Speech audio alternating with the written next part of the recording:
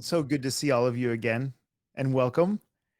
Uh, Today, we're going to talk about how we can use emotion to get more out of our lives.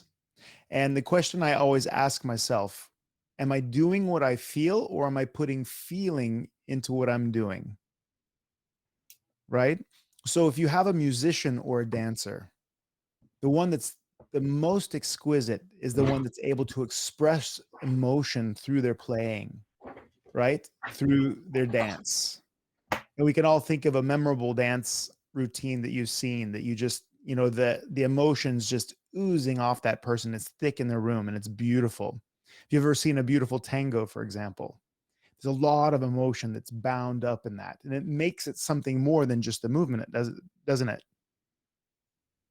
Does an amazing artist putting passion into their arts change it from just strokes? Of course it does, right? So our emotions can really not only give quality to our life, but we can really get so much more magnetism and energy in our lives through our emotions, as long as we are friends with our emotions instead of being victimized by them, right? So information and perspective change from different levels of awareness, don't they? So Indians, Native American Indians, when they looked up at the sky, they saw the sun. And did they see the sun being larger or smaller than the earth? Smaller, right? And did they perceive that the sun went around the earth? Or did they perceive that the earth went around the sun?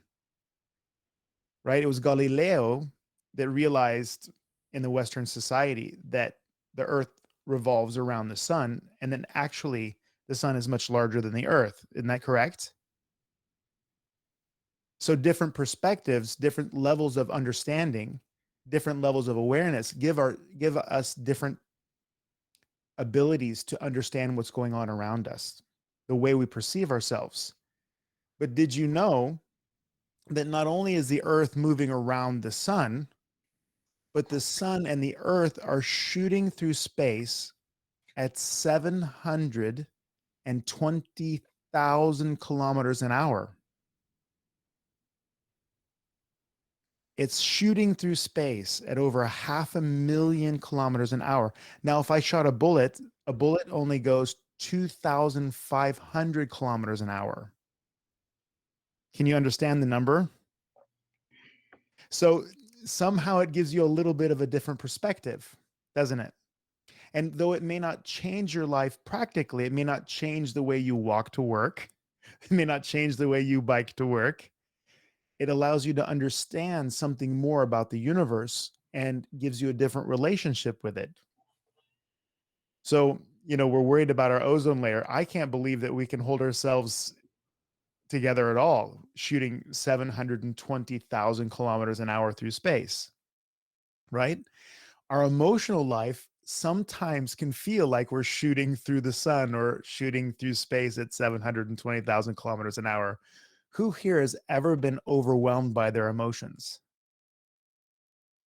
Right? It happens. It happens. And it doesn't matter if you're mainly a thought person or if you're a feeler or you're a person who's a doer yogi. You definitely have emotional states through your life where you are basically being pushed one way or the other. Now, in the beginning, before we start doing any emotional work, our first perspective is that we are victims of our emotions, that emotions are happening to me and they're caused inside me by people around me. Oh, he really made me angry. Oh, they did this thing and now I feel like that. Oh, Lord have mercy. I can't function today because I'm feeling sad. So I can't go to work. Who's ever felt these feelings before? Do we recognize this layer of feeling, this first level of understanding of emotion? We do, right?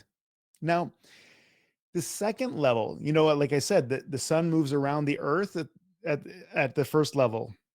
The second level, we realize that it's actually the earth moving around the sun. And that is that I'm not angry, I am having anger.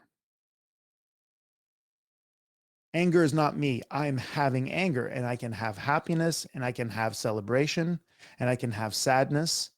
But is there a difference in feeling? Is there a difference in perspective if I am angry or I'm having anger? There is, right?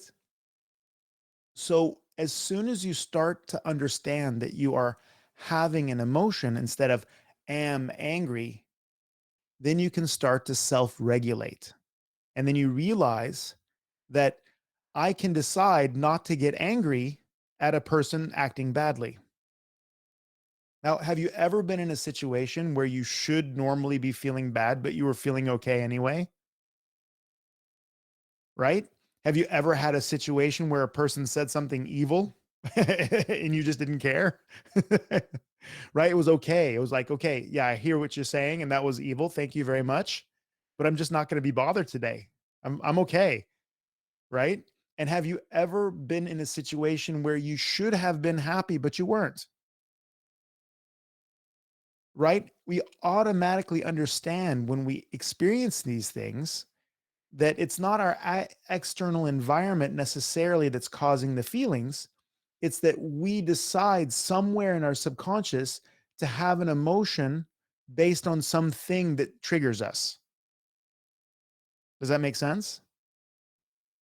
So if we take a trigger away, do we have to feel like we're supposed to when this guy honks at me in in traffic? Do I have to get angry at him? I really don't, do I? I could still, okay, good. I didn't do anything wrong? Or, oh yeah, guess what? Yeah, I kind of did do something wrong. Sorry, bro. Didn't want to stress you out. Hope you're okay. Keep driving, right? Now, how many of us, because of trauma in our past, have triggers? Anybody have a trigger? Yes, right? Do we have some guilt? Do we have some shame? Do we have anger? And do we even have happiness? Are there triggers that we have from our childhood or from our teenage years or from our relationships that stimulate us to have certain emotions? They do, right? So the second level of understanding is that I have emotions. I am not that emotion. And that I can self regulate myself independent of my environment. Meaning that you say something evil, I don't have to get upset. Now, does it mean that I don't take in the information and see if it's correct or not correct? No, right? I can listen to everybody, but do I have to be their puppet? I really don't, do I? So that's the second level. Now, the third level, like I said, you're barreling through space at 720,000 kilometers an hour. That's pretty cool, right? And we're spinning around the sun like a bullet shot out of the biggest cannon in the universe. Now, think about this. What if you could trigger yourself to have emotions and you could use your emotions to energize or to fill your actions, to fill the room around you? So, what if you could control your own emotion? You could decide to be happy when people are sour. You could be at peace when everybody else is stressed out. Doesn't that sound worthy? Would that be a cool thing? Right? And how much more could you handle in your everyday life if you weren't everybody else's puppet? Did you have that friend when you were growing up that would like bug you and tease you and try to make you angry? Who had that friend?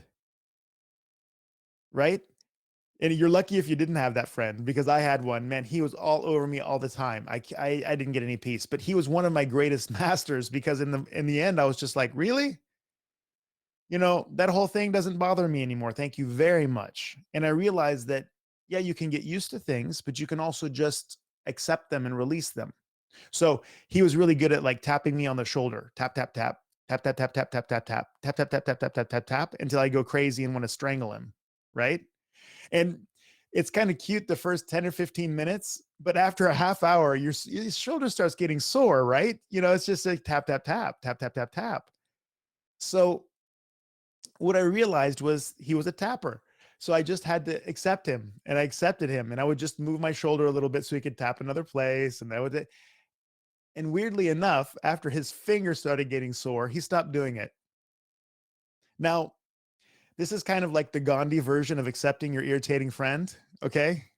But the point is that as people are triggering you, understanding first that you're not the feeling, you're having the feeling, and that you are being triggered, and looking at that trigger is going to be that consciousness process, that process of being a scientist, an emotional scientist. Okay. And now there's actually one more level of awareness in our emotional life. And that emotional state is called unconditional love. Now, what is actual unconditional love?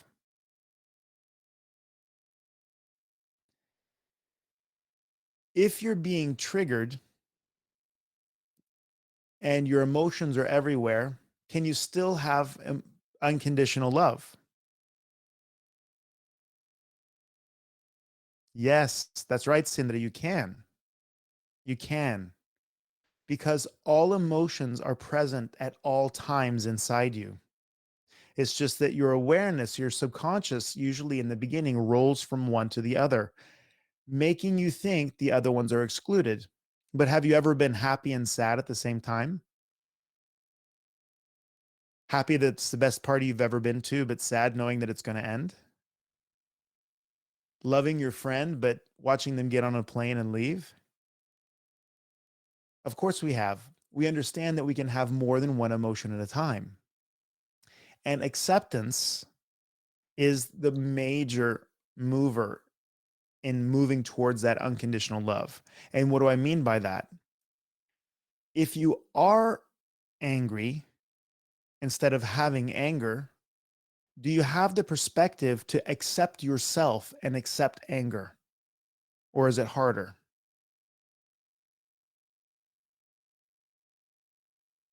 That's the question you have to ask yourself.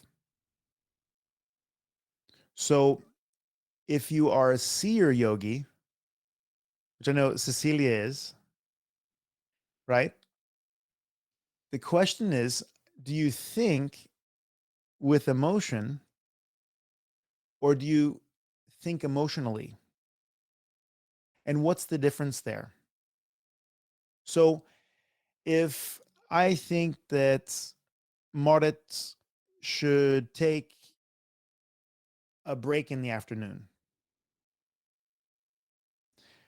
is it good for me just to tell her, hey, take a break this afternoon? Or would it be better for me to think, how am I going to communicate this to Moritz? Hey, Moritz, you know, you've been working really, really hard lately. Wouldn't it be good just to take a little bit of a break today? What about this afternoon? Take a few hours. One had emotion, one didn't, right? Take a break. Seer yogis can express their beautiful vision and their ideas and communicate with love, with anger, with all of these things. But is it different if I say, hey, you're always here, get out? Then I'm basically thinking emotionally. I'm feeling, hey, I need space. I'm gonna take a break. Does that feel different? It feels different, and it is different. The emotional yogis are beer yogis like Valborg, right? Now, do you sometimes get into the position now after the workshop where you realize that you're having the emotion instead of being the emotion? You do, right? And have you been able to channel your emotions in order to motivate yourself to do things that were more difficult before? That's awesome, right? Have you been able to accept having emotions and sometimes even the less positive emotions with more ease? Yeah, right? Exactly. So understanding that you're not the emotion, you're having an emotion. And of course, we have our beautiful mover, Sindra, right? So when you were playing with that child and you were expressing yourself, you're expressing yourself with joy and happiness, correct?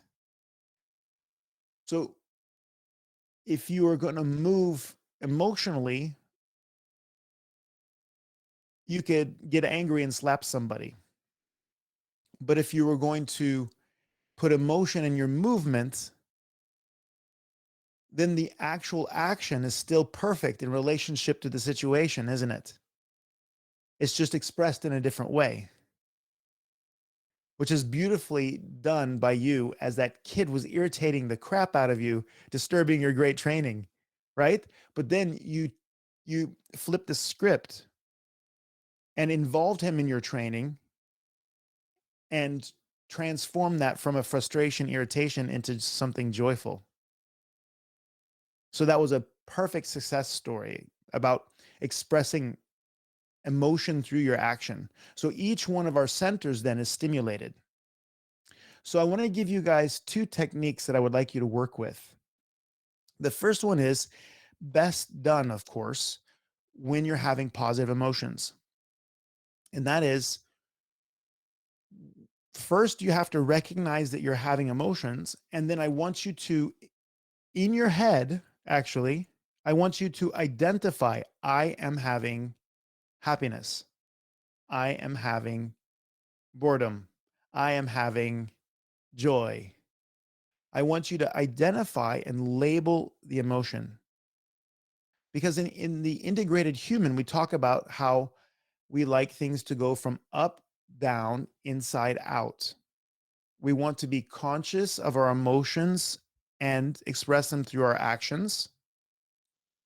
We want things to come from inside us and express them on the outside instead of allowing the outside environment to dictate who we are. Correct? So the first one is I want you to identify them. And I would love for you to have a tiny book or on your mobile phone, write down at least 10 of them a day. 10 a day. And as you're writing these down, I would like you to start being brave enough to actually really look at them. Really look at them. So, if you think about emotions as chords on a piano, the chords on the piano, the keys on the piano, there are black ones and there are white ones, right? So there are high notes and there are low notes. There are sharp notes and there are flat notes. Do you think sadness has a frequency or a tone in it that you can use? When you're listening to sad music, is there a kind of sweetness in it? There is, isn't there? So if you were feeling sad, could you find that sweetness in the sadness and still express yourself through your body, express yourself through the things that you're doing in your everyday with sweetness? You could, right? So, what about anger? Is there a frequency of anger that we can use in our everyday, still performing as a chiropractor or still performing as a movement genius, teaching other people to move, still performing as a student? Is there an element of transformational power in anger? There is, right? So does that mean that I have to leak anger out on my patients? Can I still smile and be loving? Because remember, are all emotions present at once? They are actually. So is it possible for me to feel two things at once? And do I have to act out what I'm feeling? Or can I feel what I'm doing with my emotion? So if I choose a frequency of transformation that I'm getting from my anger, is it possible for me to become even more focused on what the patient needs me to do? Yes. So instead of pulling away from a patient that's making me angry, when I see, did you hear that? Making me angry. Are they really making me angry, or am I allowing myself to get triggered and producing anger? Right? So I'm conscious around it. So as I start to feel the emotion rise up, I ask myself, okay, what am I having? Ah, I'm having anger. Ah, cool. Okay, how can I use it? Ah, transformation. Okay, even more focus. How can I help this person? This person needs my help. Do you think sadness in me allows me to actually be sweeter and contact my patients even more when I use that frequency of sadness? Absolutely. So, what about desperation? When my when my mother passed away, I was able to use the desperation and the anxiety and the stress of that situation, and I channeled that into what? My jujitsu, right?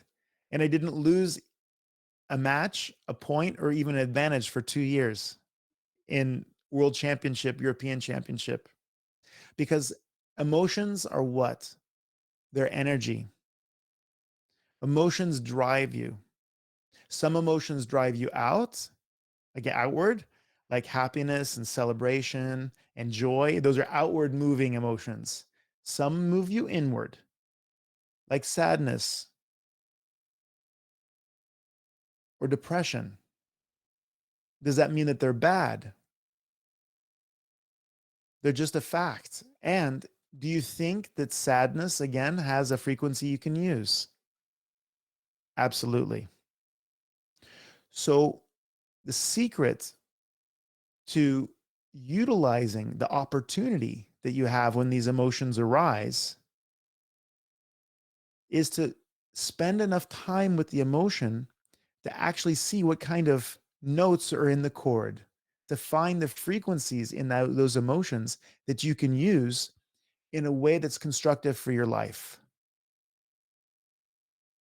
In India, there's a concept of dharma, and dharma means what you're put here to do.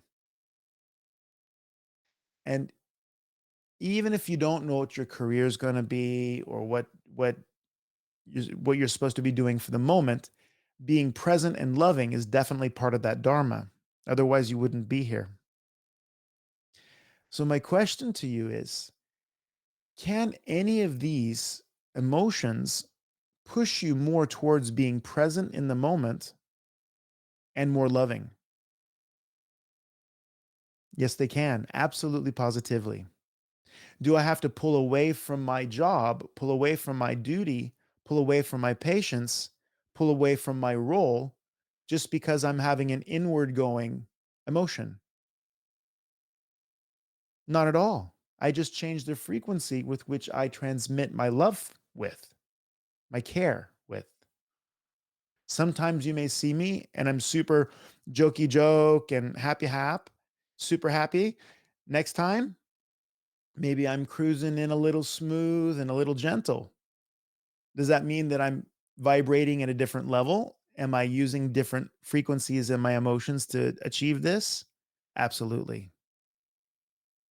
And weirdly enough, very often the frequency that I'm having then, when I accept myself and I realize that I'm there to help, I'm following my dharma.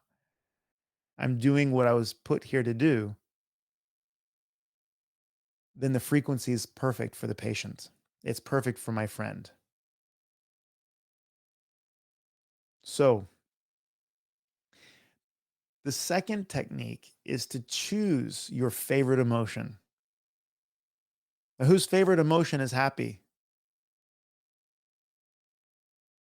Whose favorite emotion is anger? Okay. Whose favorite emotion is sadness? Whose favorite emotion is disconnection? Whose favorite emotion is peace? Whose favorite emotion is anxiety? Whose favorite emotion is shame? Whose favorite emotion is fear? Right? And you're like, Jason, what do you think? A favorite emotion is shame? But how often do we self talk ourselves into shame? How many minutes do we walk around every single day doing insecurity? How many moments do we walk around feeling incomplete? And how many moments do we walk around feeling unconditionally loving for ourselves and others? So, your favorite emotion may be the one that you do the most. Would you agree? So, let me tell you a quick story. The technique is going to be figure out what your dominant feeling is and figure out how you're going to use it. Because I got a secret. If you're having negative emotions, I don't really look at them as negative. I just look at them as different frequencies of energy. But if you're having one that you don't like very much, if you figure out how to use it, you use it up a little bit, right? Kind of a secret. So you can get rid of all this stuff by looking at it and putting it to work. So,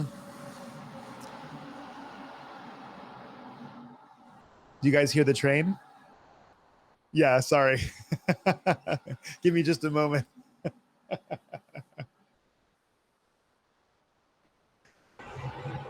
It's a long train. Yes, that's the sound of my A long emotional life train. flying by right now. It's like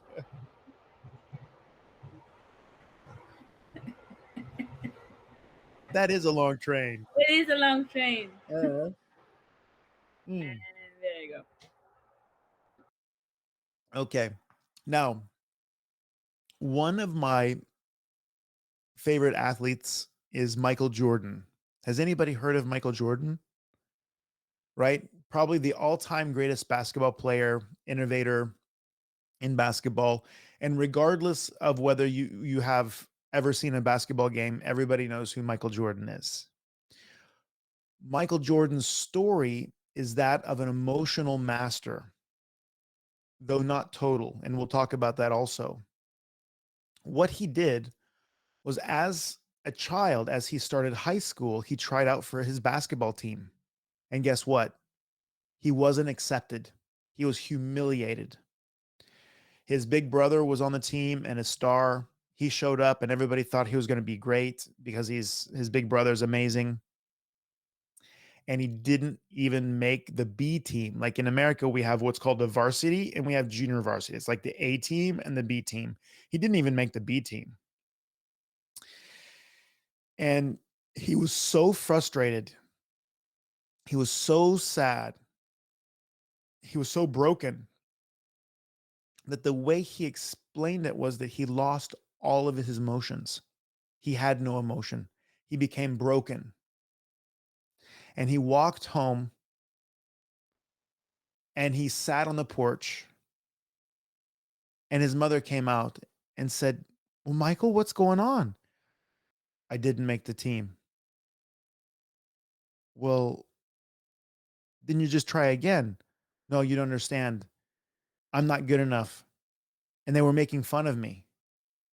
And she said, "Don't ever let anybody disrespect you ever, ever again." And something happened. He got up and he went out and he started practicing. And within a couple of months, he was as good as his brother. Within a year, he was better than his brother, and then he became Michael Jordan. Now, his major moving emotion was disrespect. And he admits even now that he would actually figure out how he could feel disrespected so that he could light himself on fire so that he could dominate his opponents. He would, if you watch documentaries on him, he talks about this. He would be like, oh yeah, that guy came into the restaurant and he made fun of me, and then oh, he's gonna get it. And then later on, they asked him, did that really happen? Oh, well, actually, no, I don't even think that guy was in that restaurant. But he realized that if he could think himself to being disrespected, he would perform amazingly. Now, that is a perfect example of channeling. The first one is he felt very disconnected. Okay. He was broken. Now, in these situations, what that gave him the opportunity to do, has anybody ever felt really connected to their life and everybody around them? And then have you ever felt really disconnected? Yeah, right? Disconnection is actually that moment where your triggers no longer have a hook on you, that you have a moment of clarity where you can decide what you want to give you love, decide what you're going to feel happy with, decide what you're going to feel disrespected with. You can actually reset. Your mind and heart and body reset themselves. So, my friends, don't ever miss an opportunity when you're feeling disconnected to reset. Be conscious and realize that's what's happening. So he chose, I should say his mother chose disrespect for him, and he started to channel this disrespect. Now, he made one of the most magnificent basketball careers in the world. Of course, his physical ability matched his emotional intensity and his mind for the game.